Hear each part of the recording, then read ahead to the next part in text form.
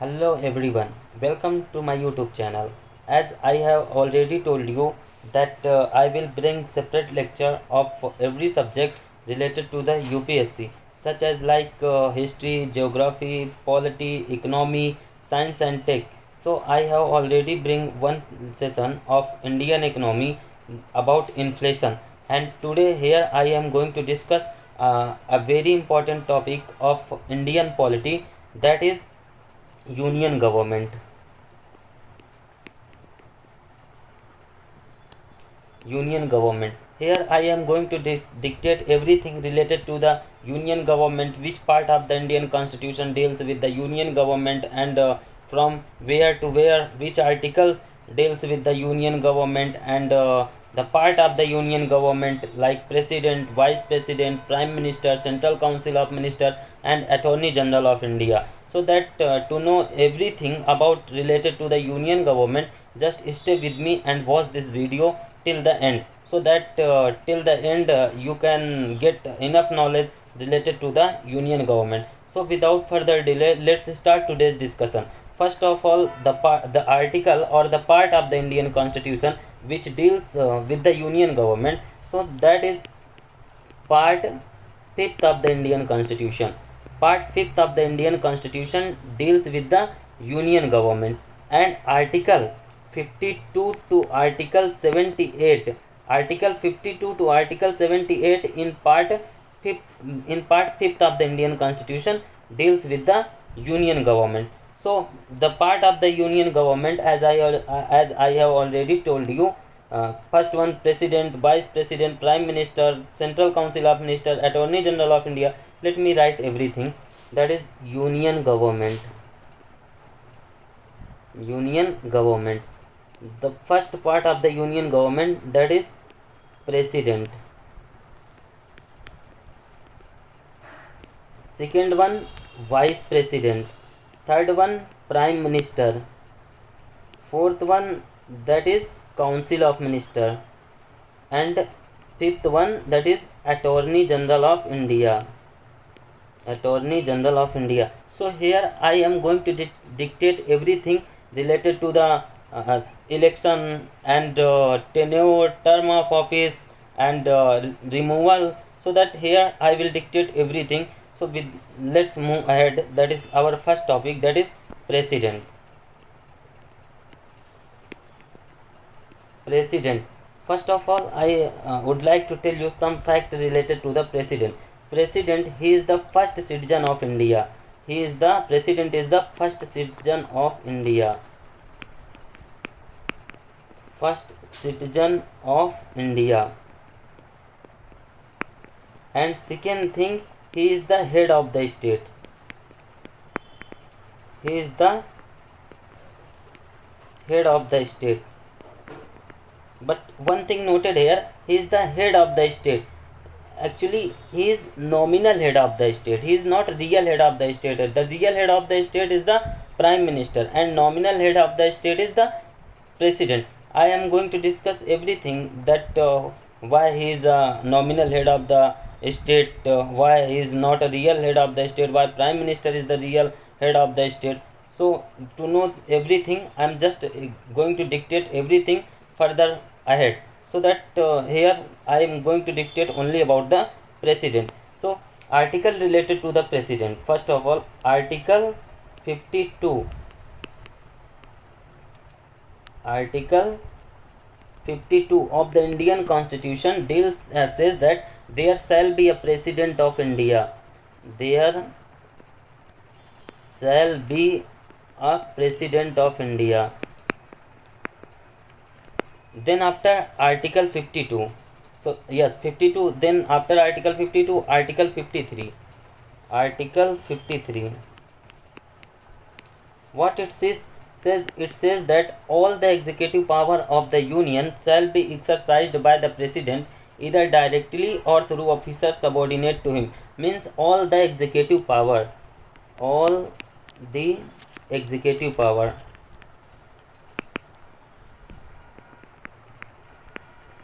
of union shall be exercised by the president.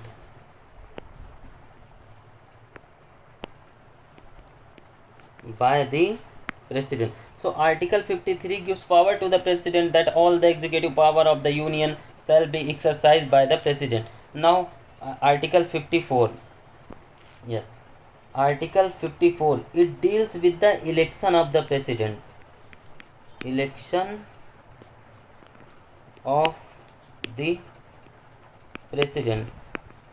So it says that how the president of India is appointed or elected. So unlike the direct election, the president of India is not appointed by the direct election.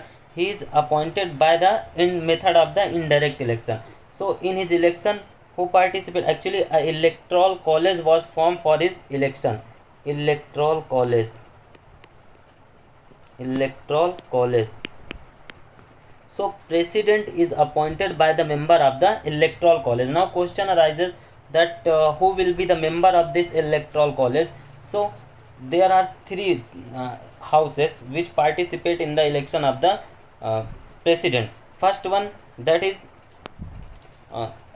both house of the parliament, means first one, elected member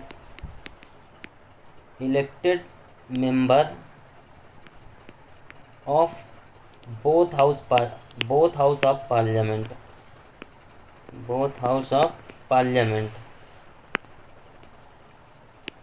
It means that elected member of both house of the parliament will be the member of the electoral college. And now second member, that is elected member of state legislature. Elected member of state legislature.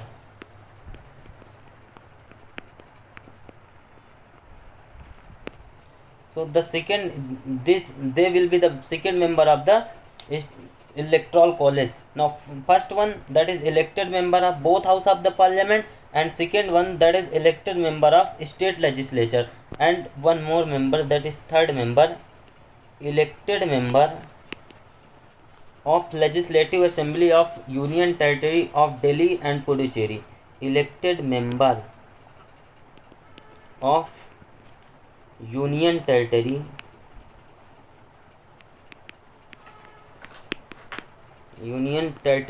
of Delhi and Puducherry. So these are the three houses members who participate in the election of the president. Now one thing here you should note, that nominated member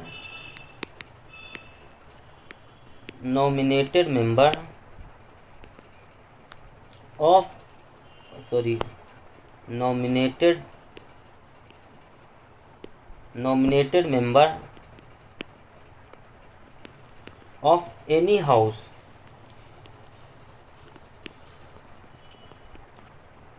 do not participate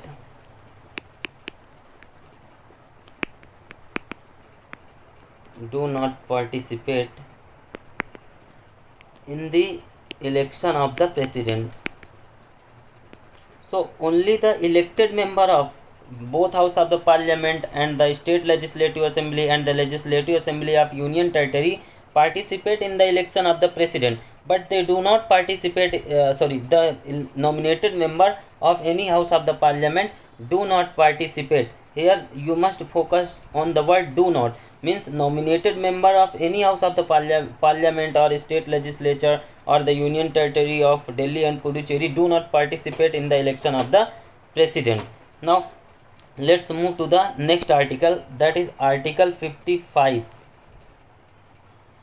Yes, article 55. Article 55, what it says? It deals with the manner of election of the president. Manner of election of the president. So article 55 of the Indian Constitution deals with the manner of the election of the president. It says that the president of India shall be elected in accordance with the system of the proportional representation by means of single transferable vote. Now let's discuss the term and office of the president. So the next article of the Indian Constitution, that is Article 56. Article 56 of the Indian Constitution, COI, that is Constitution of India, deals with the term and office of the president.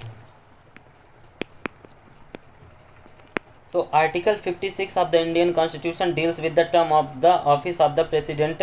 So that it says that let me add another page, that is, yes, it says that the president can hold his office from the date on which for the full term of 5 years. That is, the president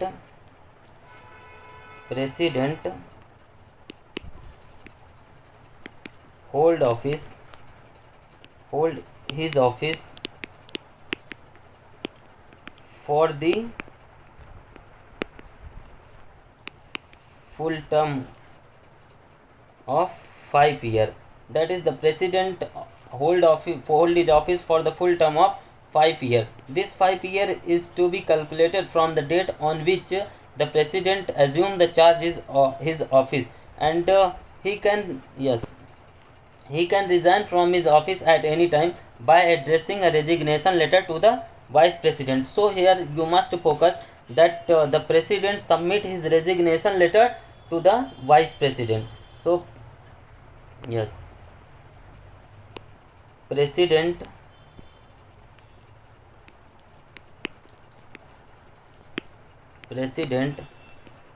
submit his resignation letter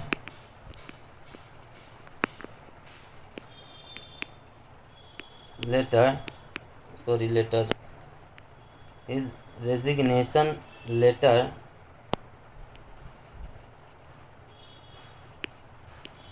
to the vice president. So president whenever he want to resign from his office, he submit his resignation letter to the president. Vice versa, when the vice president want to resignation from his office, then he submit his resignation letter to the president. Now let's move ahead, that is term of office, or before actually one more thing, that he can also remove from his office before the completion of his term, that is 5 years. And the process by which the president can be removed from his office before the completion of his term, that is called impeachment. So it is the procedure. What is impeachment? Impeachment is the procedure by which the president of India can be removed from his office. In that case, actually Article 61 of the Indian Constitution excessively deals with the impeachment of the president. It says that how impeachment charges may be initiated, or the impeachment charges can be bring in the either house of the parliament, so that how it can be approved, there is required what is the majority required for the impeachment of the president. I will discuss everything in upcoming video, because here is not possible to discuss everything in one video related to the president. That impeachment is a big procedure, and for that we required some time, so that I will discuss about impeachment in upcoming video. But before this, I am going to here discuss about the what is the qualification, what is the conditions for the requirement for the office of the president. So here I am going to discuss qualification of the president. Qualification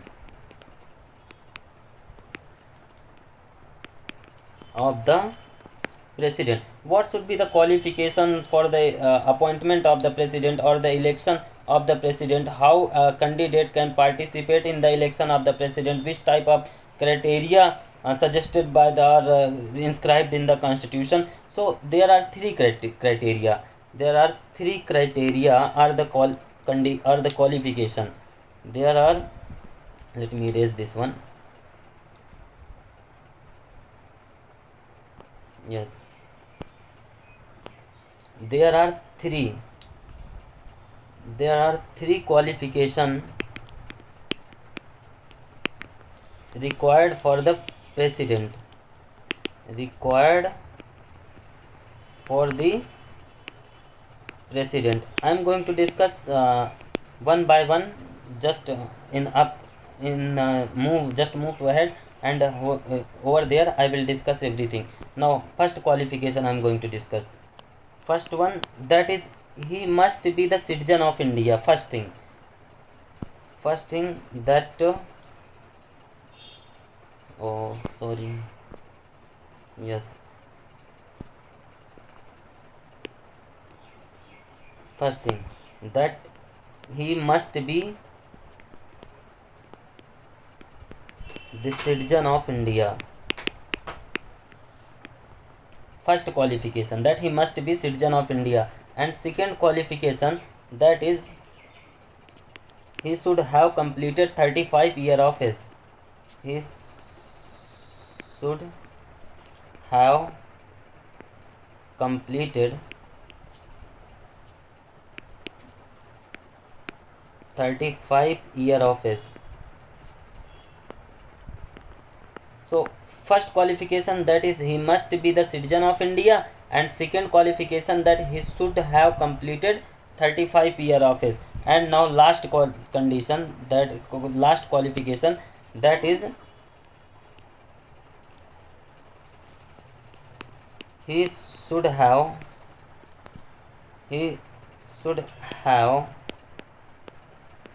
be a member of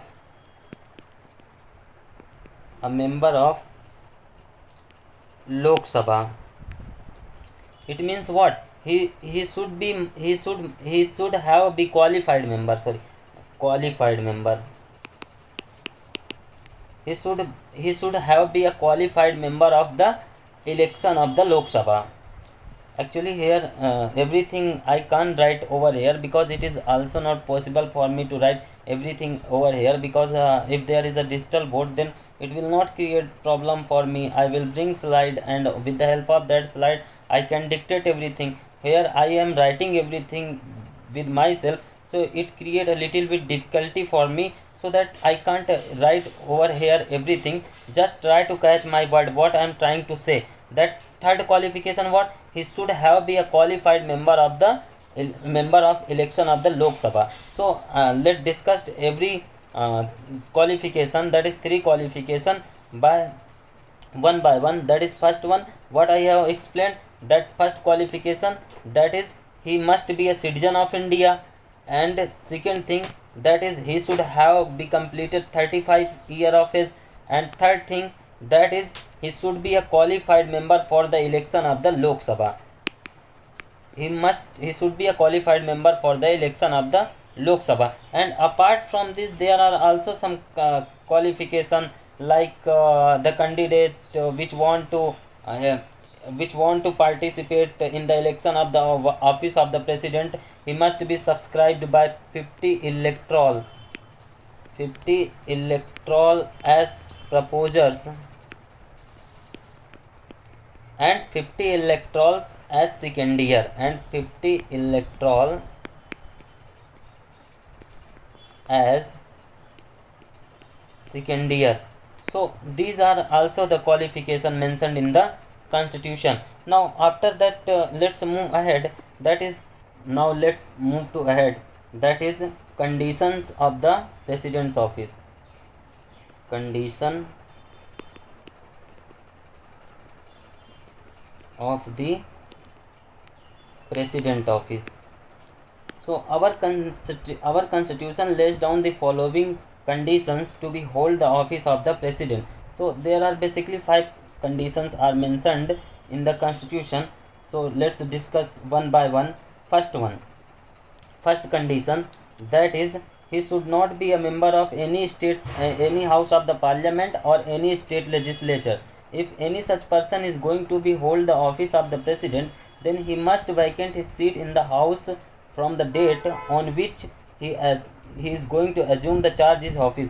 So basically it means that he should not be a member of he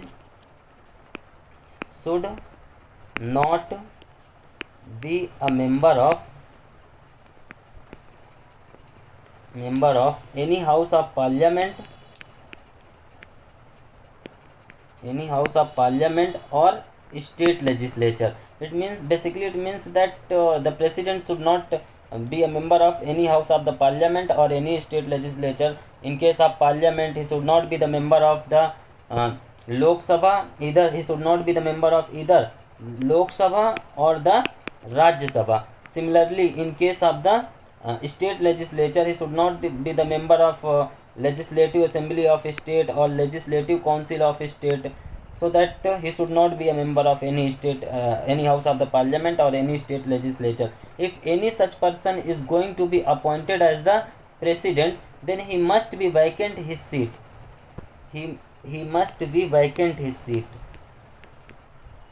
Vacant his seat in the house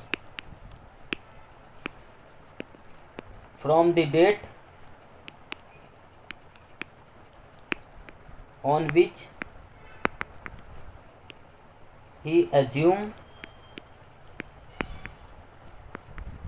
the charge of his office. Let's understand this with the example, so it is very easiest to you to understand this thing. Suppose that there is a person 1 A, and he want to become president, or he won the election of the president. After that, when he is going to hold the office of the president, when he is going to hold or assume the office of the president,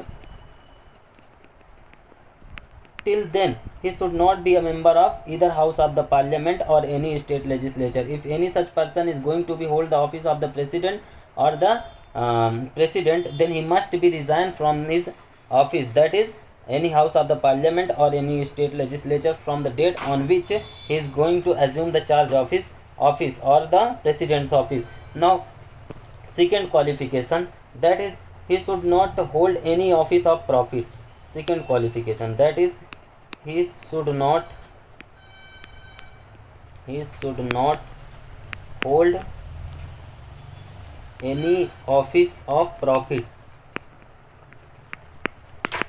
Basically it means that the person who is going to assume the charge of the office of the president, he should not hold any office, whether in the union government or the state legislature or any kind of office. He can't indulge in any kind of office, because now he is going to the hold the office of the president, which is the highest office in the country, and also he is the first citizen of India and head of the state. That's why he can't hold any office for the profit. Now let's move to the head, that is third qualification. Third qualification is that he is entitled to use his residence without payment of rent, that is Rashtrapati Bhavan. Let me write, he is entitled to use his official residence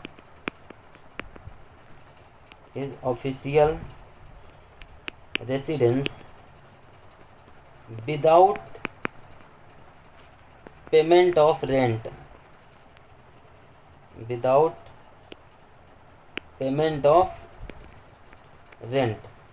His as you know that his official resident that is Rashtrapati Bhavan. As you know that about Rashtrapati Bhavan. So he is entitled to use his official residence, that is Rashtrapati Bhavan. Means for the use of the Rashtrapati Bhavan, he is not liable to pay any kind of rent to the government. He is he can use the official residence without any payment of rent. Then after, let's move to the fourth qualification. Fourth qualification is that he is entitled to emoluments, allowances, privileges as per the determined by the parliament. So let me write this. He is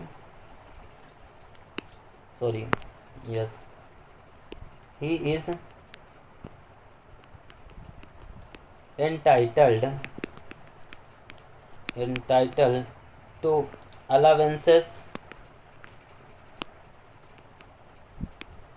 emoluments,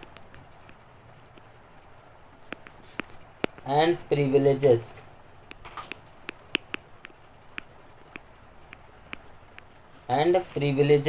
as per the determined by the parliament, as per the determined by the parliament. Means the emoluments, allowances are privileges. He can use only those allowances, emoluments, privileges which are determined by the parliament. Means everything related in case you can understood this with the example that what is allowances, emoluments, privileges, that is his salary or his furnished residence, and medical facilities, phone facilities, that is traveling facilities, everything is determined by the parliament. Now fifth condition, that is his emoluments, privileges or allowances cannot be diminished by the parliament during his term of office. It means, let me write that his emoluments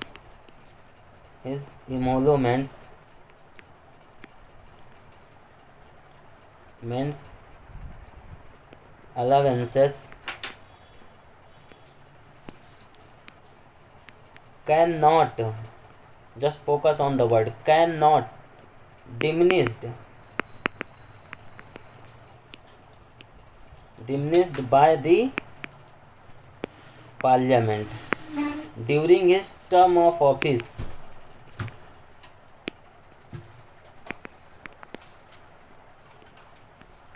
During his term of office, it means that the allowances or the privileges which he is getting, that in the form of residence, salary, or the medical facilities, traveling facilities, etc., that cannot be diminished by the president during his by the parliament during his term of office. It means that for what period the president is elected, till that period his allowances and the privileges cannot be diminished by the president. Basically, suppose that if the president is elected in 2020, then the time period for his office up to 2025. So in between these 5 periods, his emoluments or the allowances in the form of like salary, traveling facilities, medical facilities, residence, etc., cannot be diminished by the parliament during his term of office. So I think that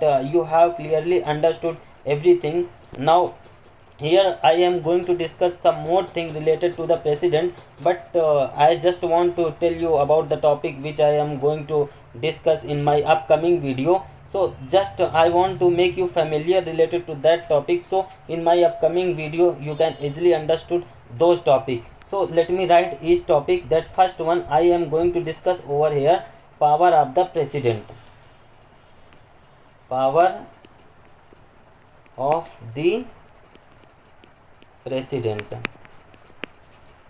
So in my upcoming video, first topic that I am going to discuss: power of the president, what type of power enjoyed by the president, and which type of power given by the constitution to the president. So there are basically I think 5 types of power given to the president.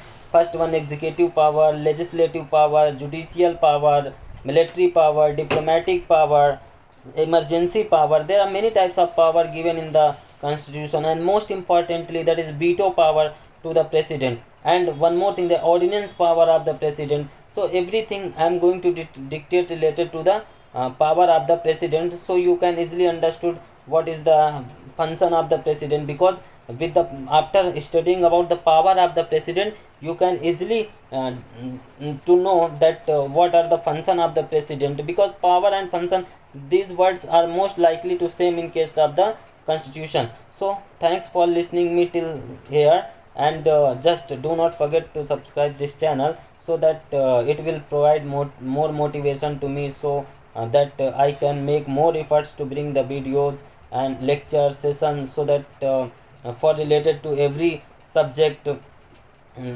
as I have already told in my in the start videos. So that till now, thanks for listening me once more.